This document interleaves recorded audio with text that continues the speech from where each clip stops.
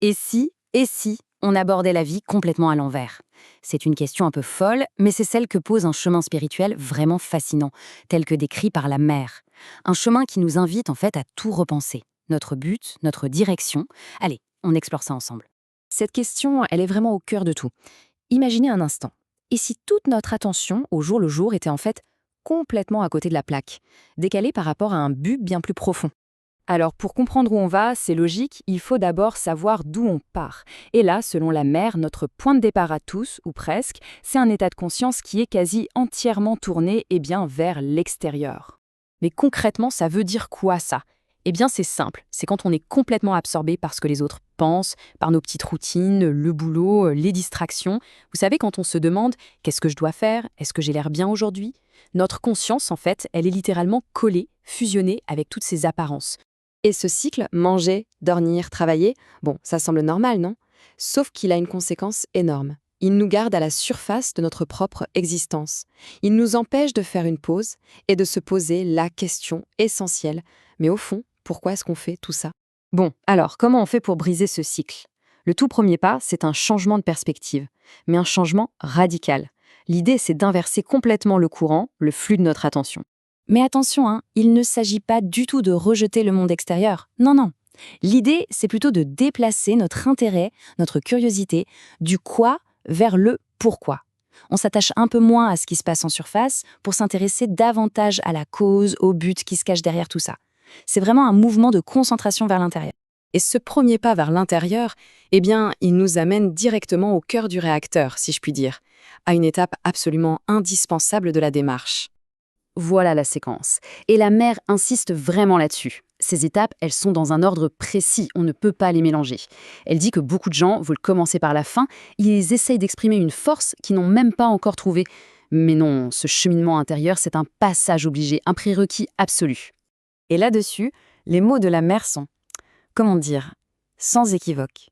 Il n'y a pas de raccourci possible, pas de triche. Cette union intérieure, c'est la fondation. C'est la dalle de béton sur laquelle tout le reste va devoir être construit. Et c'est là que ça devient vraiment, vraiment radical. Parce que cette fameuse union intérieure que beaucoup de traditions voient comme le but ultime, le sommet de la montagne, eh bien ici, ce n'est pas du tout la fin du voyage. En fait, c'est le vrai point de départ. Cette différence, elle est fondamentale. Pour la plupart des voies spirituelles, l'union avec le divin, c'est le but final, c'est la ligne d'arrivée, on y est, c'est fini. Mais ici, c'est le starting block. C'est juste la condition nécessaire pour pouvoir commencer un travail encore plus grand, encore plus fou, la transformation de la vie elle-même. D'ailleurs, c'est Sri Aurobindo lui-même qui résume ça de la façon la plus percutante qui soit. Une fois qu'on a trouvé le divin, le but, ce n'est pas de s'asseoir et de contempler. Non. Le but, c'est de se retourner vers la vie pour y commencer le vrai travail. Et pour décrire ce qui vient après, la mère utilise une image très très forte. C'est un travail de pionnier, comme si on taillait sa route dans une forêt vierge, un territoire complètement inexploré. Et pourquoi? Parce que selon elle, personne n'a encore vraiment tenté cette transformation de la matière en ayant en permanence la conscience divine comme boussole. Ok, mais on pourrait se dire en quoi c'est si nouveau que ça? Pour bien comprendre, faisons un petit détour par l'histoire pour voir comment ce chemin se démarque de ce qui a existé avant. Prenons par exemple les sages de l'âge védique, dans l'Inde ancienne. La mère explique qu'ils avaient un but assez similaire, oui, mais leur époque, c'était une sorte de démonstration, une promesse pour l'avenir. Leur langage était très poétique, c'était l'expression spontanée de leur vécu, mais ce n'était pas un mode d'emploi pour nous aujourd'hui. Et pour vraiment sentir le contraste, il y a cette anecdote que la mère raconte sur le maître spirituel Vivekananda. Apparemment, il aurait repris un de ses disciples qui était en admiration devant un coucher de soleil.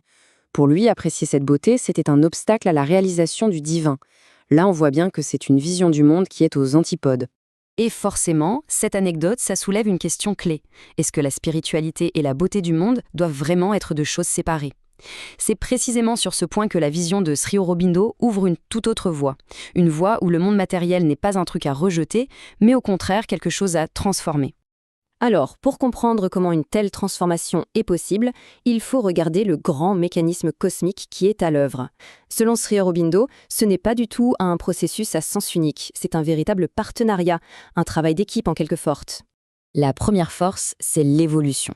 C'est la poussée qui vient d'en bas, une sorte de lente aspiration de la conscience qui est déjà là à l'intérieur de la matière et qui cherche à grandir, à se manifester de plus en plus. Et la deuxième force, elle vient d'en haut, c'est ce qu'il appelle l'involution. Là, ce sont des êtres de conscience supérieure qui descendent, qui viennent s'incarner dans les formes que l'évolution a déjà préparées. Et le but, c'est de donner un coup d'accélérateur au processus. Et hop, ça nous remène directement aux sages védiques. La mère suggère qu'ils n'étaient pas juste le top de l'évolution humaine de leur époque, non, ils étaient justement le fruit de cette fameuse descente divine, dans des corps qui étaient déjà prêts à les recevoir. Donc, ce n'est pas l'un ou l'autre, c'est les deux en même temps. Sri Aurobindo explique que chaque grand bond en avant dans la création, c'est le résultat de la rencontre de ces deux mouvements. Une aspiration qui monte de la terre et une grâce qui descend du ciel. On termine donc là-dessus avec cette question qui donne un peu le vertige, non? Elle résume parfaitement l'idée centrale de ce chemin. Trouver son âme, ce n'est pas la destination finale, c'est seulement le début. Le point de départ d'un voyage vers un horizon de transformation qui est encore plus vaste et encore totalement inexploré.